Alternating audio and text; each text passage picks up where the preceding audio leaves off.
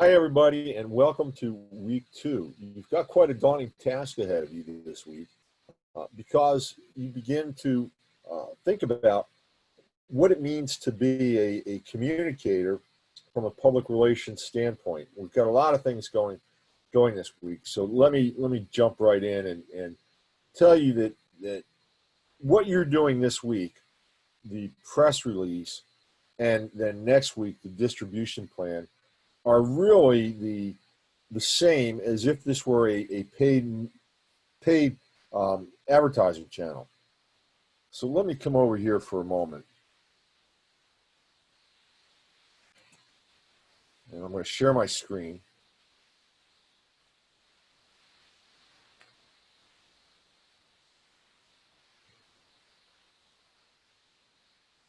And let's take a look at our 3 types of media.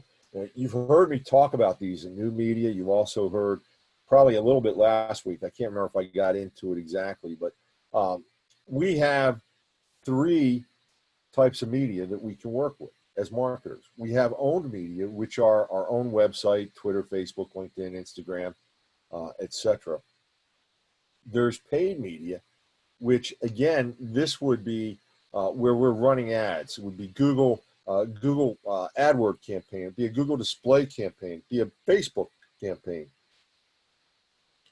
or it could be traditional non-digital, any sort of paid advertising that we would be looking at would be paid media. And then lastly, we have earned media, which is where we exist for the most part. We exist in the influencer realm when we talk about earned media, because we're having other people tell our story. And from a public relations standpoint, we're going to want other people to tell our story. We want to be engaging with people on a regular basis. Now, you may remember from new media that really new media is built on 4 pillars. Those pillars are communication, community, education, and entertainment. And it's through those that we engage with people, with our target market as they go through the funnel. Now, the way that we do that from an advertising standpoint is through a device called a creative. So the words that you choose for an AdWord campaign are really your creative, because how you put them together, how you put those words together tells a message, and that's a creative endeavor. When we talk about display advertising, we could be using an image with verbiage. We could be using a video. We could be using a little bit of a game. Whatever it is, that's the creative. And from that creative, we then develop a plan. Well, in reality, a lot of times we develop the plan and then we figure out what the creative is. For example, let's go, I'm going to switch out of here. So give me a second while I stop sharing. And I'm going to take you to another slide deck, hopefully.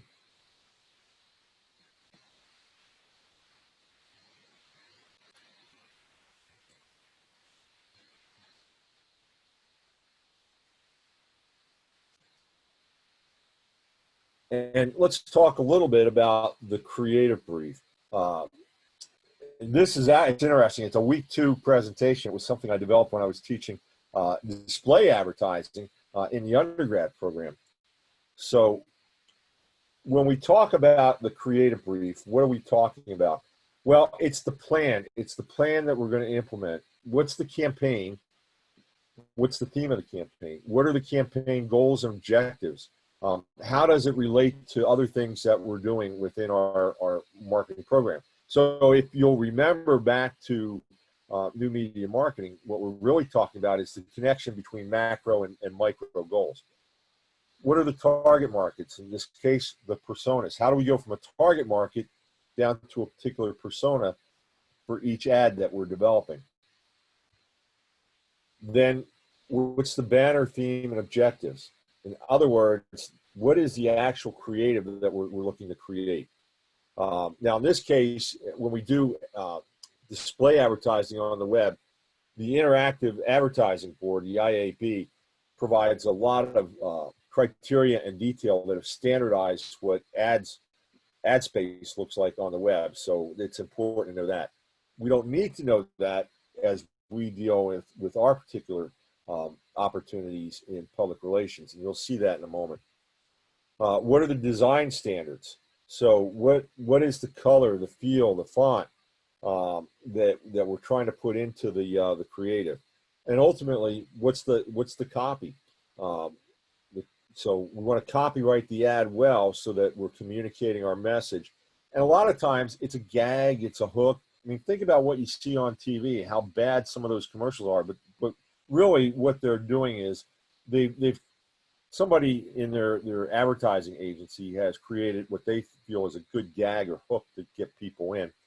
And like Liberty Mutual Insurance is jumping into my mind right now with Limu, Emu. LI, Liberty Mutual, and Emu is a big bird, and the guy drives around with a big bird. It's a dumb commercial, but that's the gag behind the commercial. And you can think of others, I'm sure. Then what you want to do is, in a creative brief, is you want to mock up some examples of what your ads look like. So you take everything that you just discussed and say, here's the basic concept of what one of these would look like. We know it's not finished yet. We haven't brought all the people in that need to work on it, but we've got the rough idea, a visual rough idea of what we're dealing with. And then with anything that we do, we always want to see what the measurement plan is, right? Because again, remember what we talked about in new media. Here we are in the current state. We have a picture for where we'd like to be in the desired state, how we would like to improve our position in the market, whether it's more sales, more customers, more emails going out, whatever it is. We're at point A, we want to get to point B. And then it's going to cost us some money to do the things that we need to do from point A to point B. We want to make sure that our gain, okay, is positive and not what we spent on whatever it is we're putting together. And we only got a marginal response. Well, then why waste the money in the first place? So we always want to put together a measurement campaign to see how we're doing. So that's the creative brief in general. Let me see if there's. This is probably some good things just to remind you about when we talk internet marketing or digital marketing. Really, what we're trying to do. Come on back.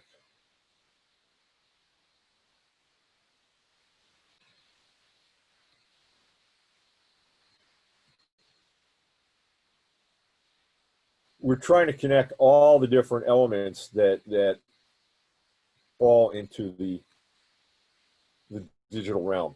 So I went way too fast again. Sorry about that.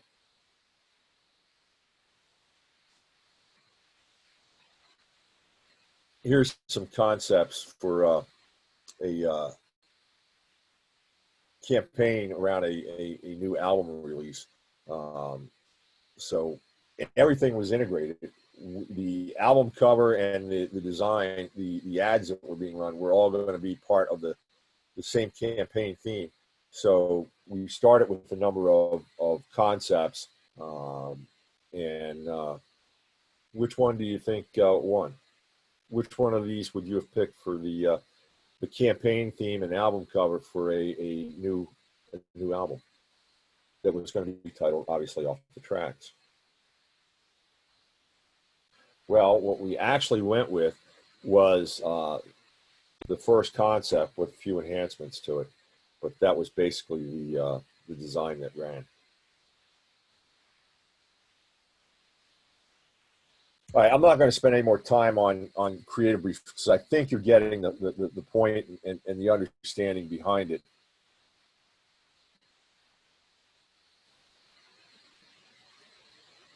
So let me go out of there.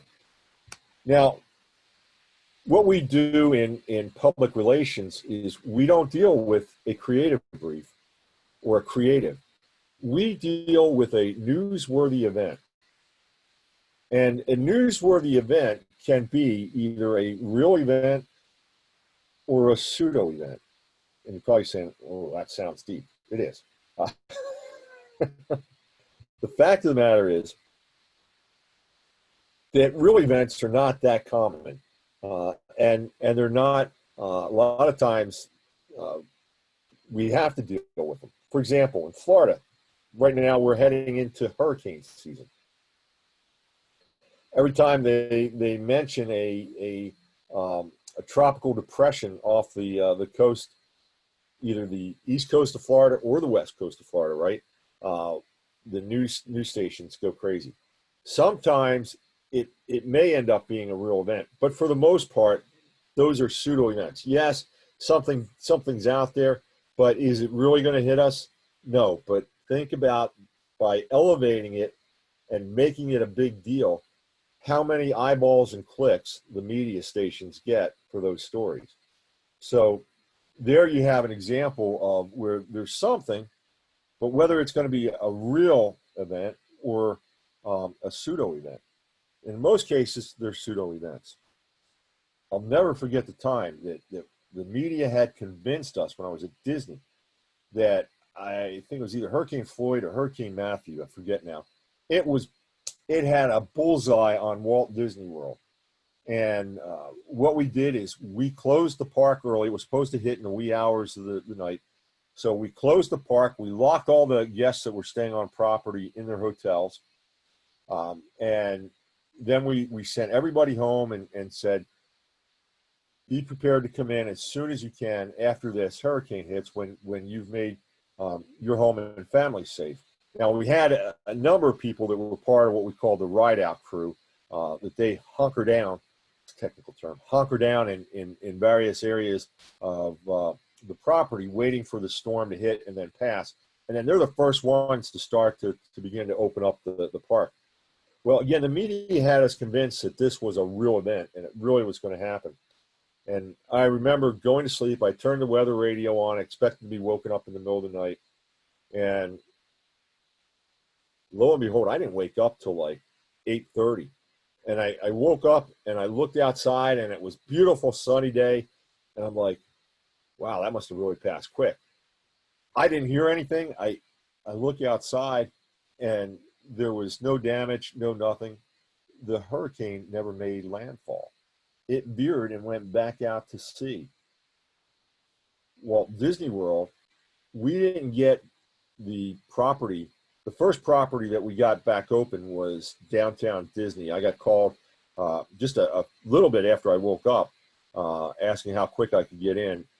They wanted me to run operations with the staff and get all the properties open up as quickly as we can, which I got in there. We got open downtown Disney by about 2 p.m. I had people that were working places they had never worked before, because we were running skeleton crews in order to make sure we covered as much as we could.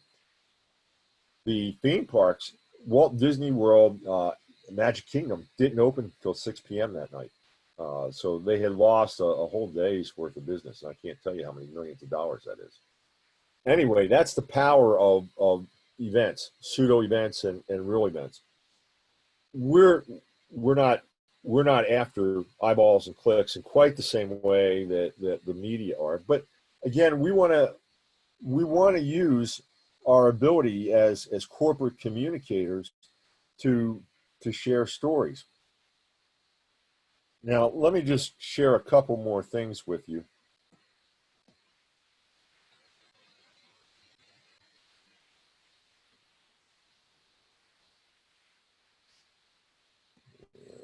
Let's go here.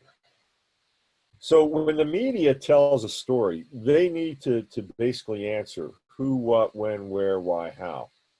So when we as public relations people, and we're putting together a press release of a newsworthy event, we've got to make sure that we provide the media, whoever that may be, whether it's a new media journalist or somebody in legacy media, the first thing we got to do is provide them the answers to who, what, when, where, why, and how, so they can write their story. Everything else, by the way, in the press release is icing. It's icing to add to the story that they're going to write. Now, many students take a look at press releases as advertising copy, and they try to create compelling press releases that will sell whatever it is, whatever program, whatever product, whatever is happening is, in order, they make it an ad. They make it a 1 or 2 page ad. It's not it. The press release is designed to provide somebody in the media the ability to write a story. The most important thing they need, and this is why you'll hear me say you deliver this in the first paragraph of the press release, is who, what, when, where, why, and how.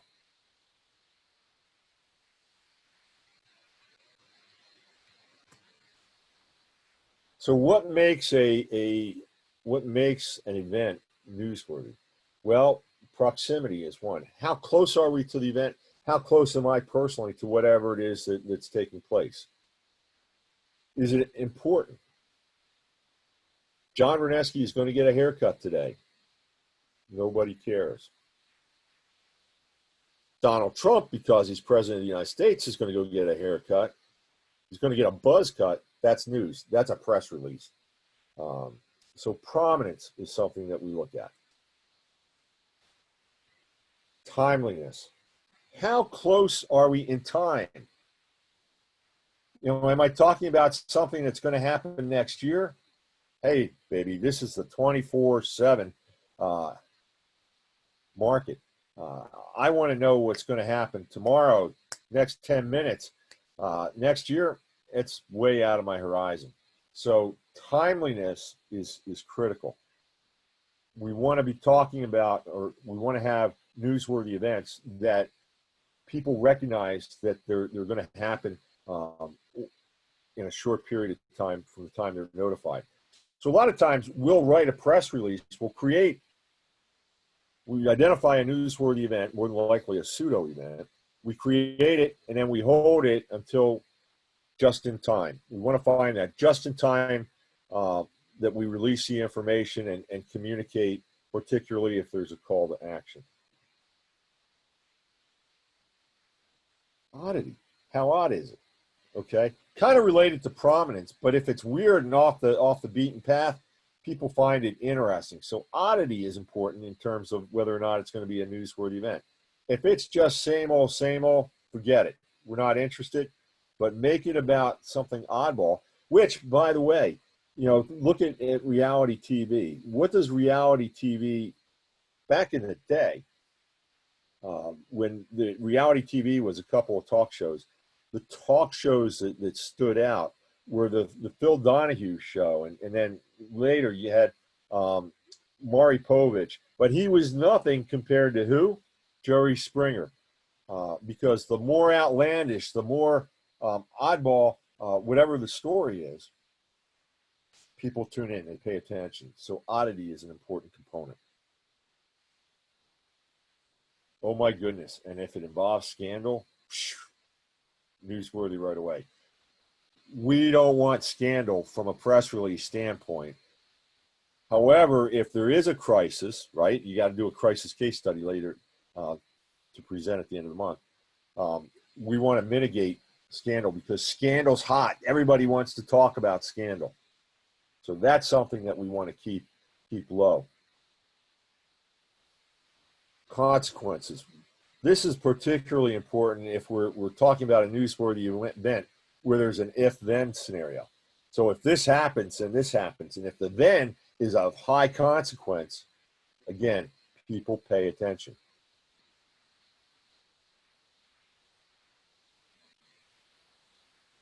If there's fireworks, conflict.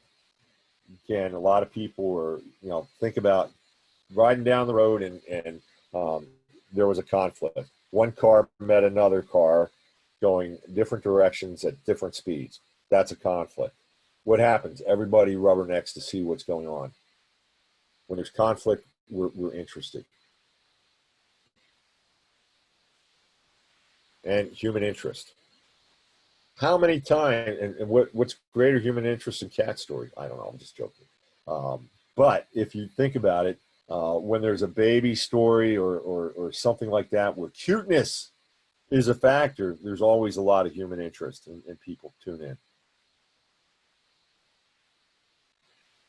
And as you can tell with a lot of these scenarios that I'm talking about with regard to newsworthiness, we're usually talking extreme. This kind of goes back to the oddity component, but from a statistical standpoint, what is normal? Well, it's the middle of the bell curve. We call it the normal curve, right? 50% of the data is on one side, 50% is on the other side. And a bell curve starts out with a wing in the back, comes up, loops down, and goes back out again. Sometimes that bell curve can be narrow and the wings very long. Sometimes the bell curve is squished. You heard that with COVID-19. They wanted to flatten the curve. They were flattening the bell curve. But where the interesting stuff in terms of data occurs is always out in the extreme ends of the wings. And that's where life gets really interesting. Interesting story from a continuous improvement perspective. Six Sigma. Some of you may have been familiar or heard the term Six Sigma. It's quality control. Well, it's Sigma is the Greek symbol for standard deviation. And when we talk about standard deviation, we talk about how many deviations away from the mean does the data lie. So in a typical bell curve, using something called Chebyshev's theorem, you can look this up later. You don't have to write this down. It's not important. It's just a story. That Chebyshev's theorem says that 3 standard deviations plus or minus. So with 3 standard deviations going to the plus side of the norm and 3 standard deviations going to the left side of the norm or the negative, we're covering 97% of all the data that's included under that bell curve. So what is Six Sigma? Six Sigma says we're going to eliminate error not within 3 sigmas, but 6 sigmas. So they are pushing the idea of the Six Sigma quality improvement, quality control programs are designed to push way, way, way out into the wings of the bell curve where weird stuff happens. And that is, that's extreme. So, and last, looking at the impact. Now, again, you can take one of these and probably extrapolate 4 or 5 of the others. But in reality, when you're talking newsworthiness, you're looking at everything and you want to say, how does this all come together?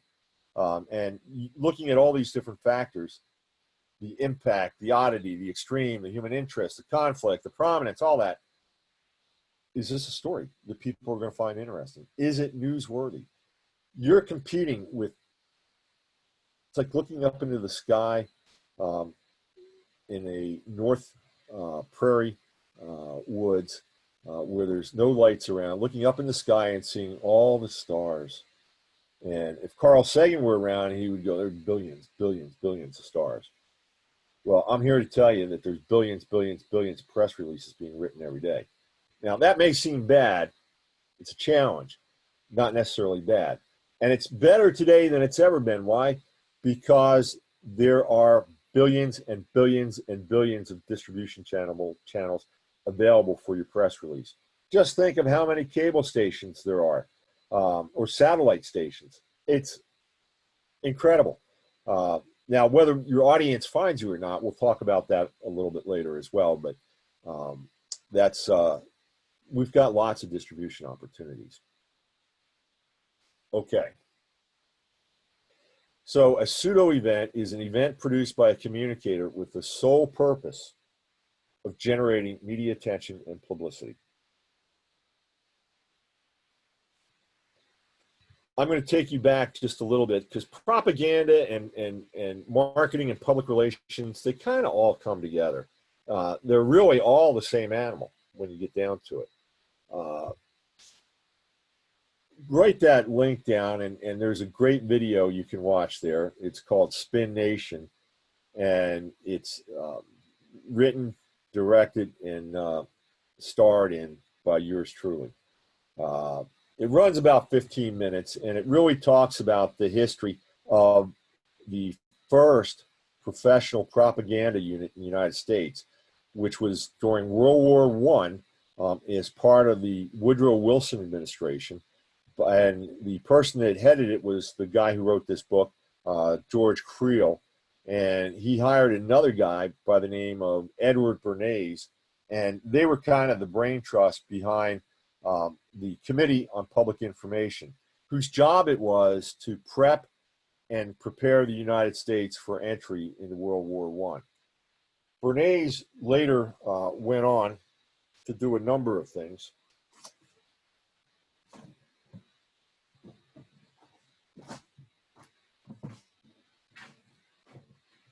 You're saying, what are you doing? I'm looking for a book. I'm always looking for a book.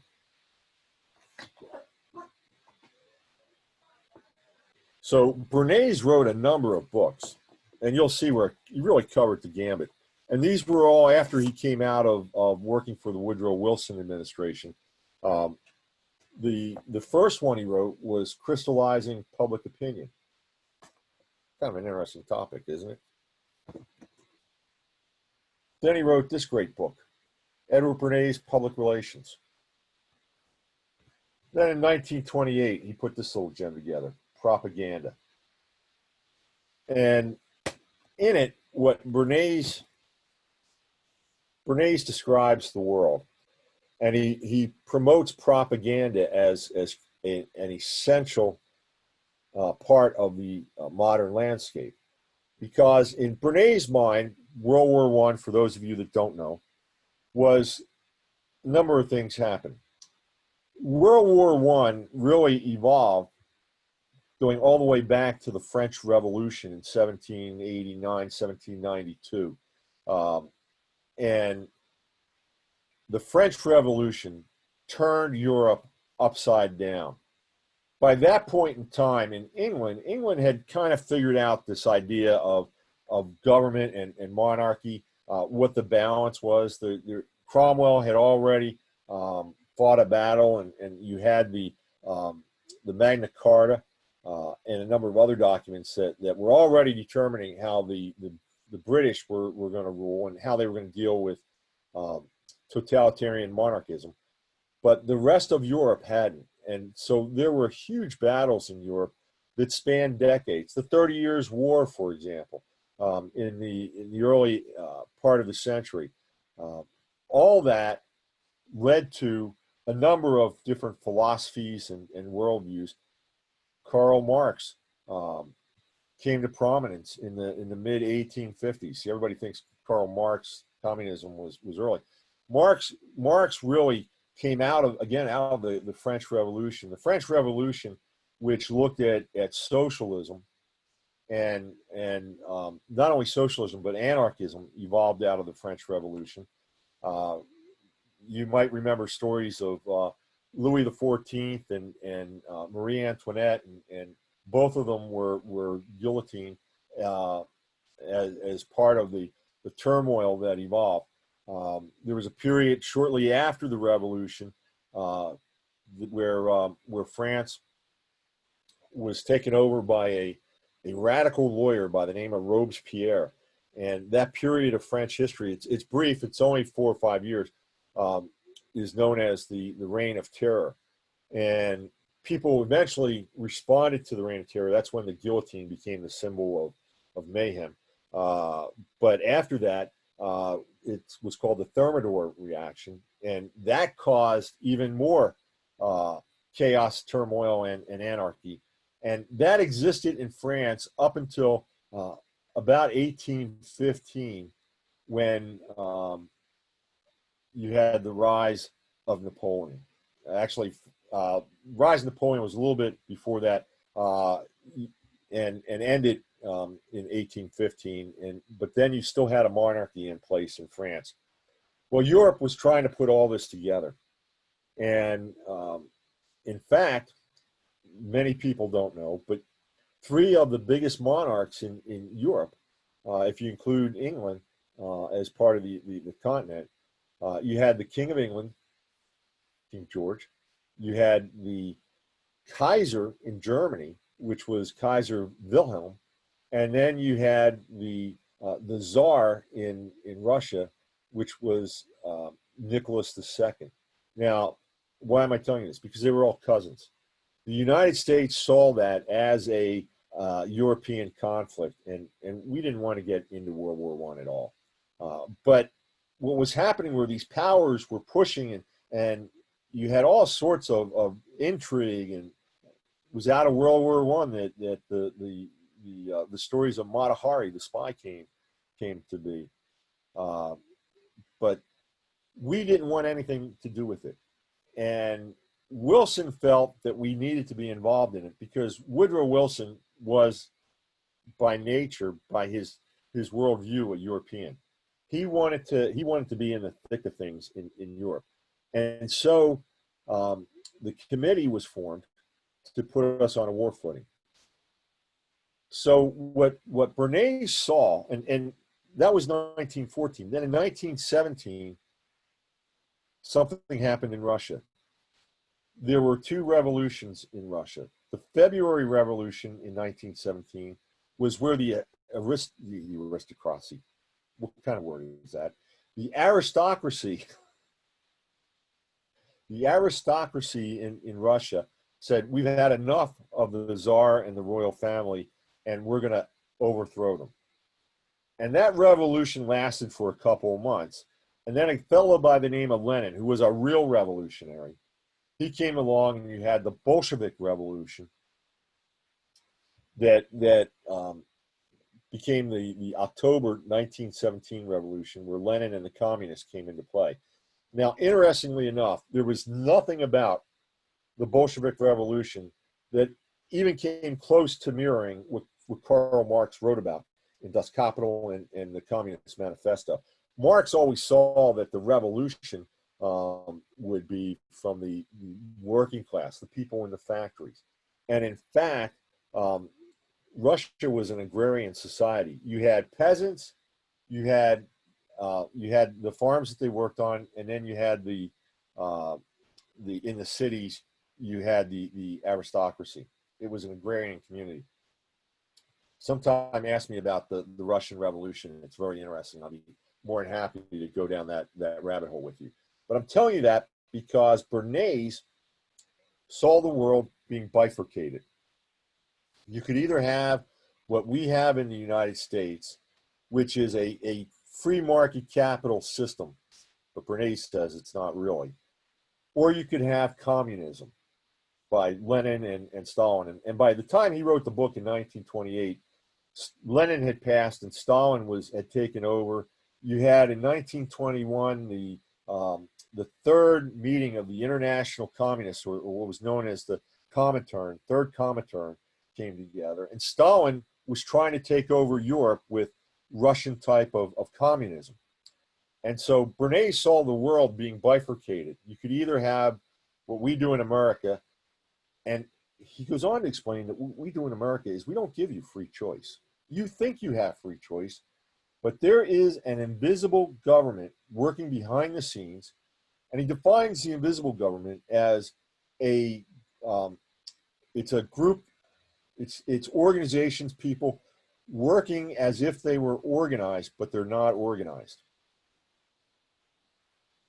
And that invisible government is how things actually get done. So, for example, the reason that you can go to Starbucks and get a cup of coffee, and that you even want to go to Starbucks and get a cup of coffee, is because of the invisible government.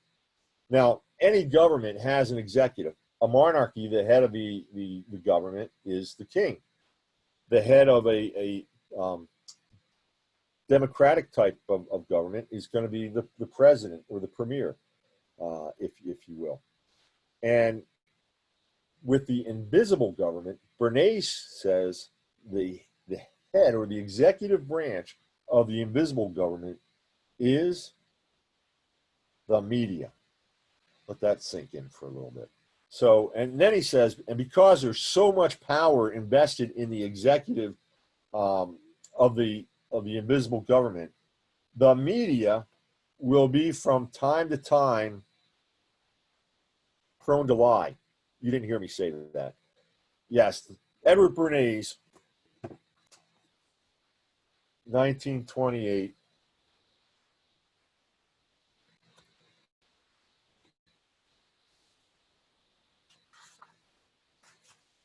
I got this thing so well highlighted, and I've been through it for years. Um, he writes that the media will lie. Okay.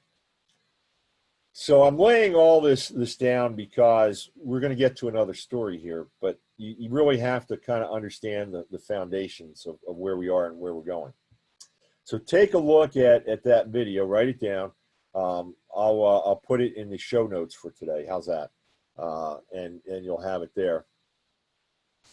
But I'm going to play a video, and for everybody that's watching this on archive, let me tell you that I'm going to have to silence the video because of copyright laws when it's published, and YouTube won't let me play it, even though you can go a million other places on the web and still find it, but you won't hear. And it's the wind never felt so good. So I'm actually going to pause my sharing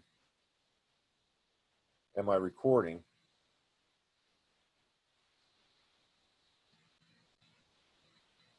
Nope, I want to pause the recording, so give me a second. Stop for just a moment.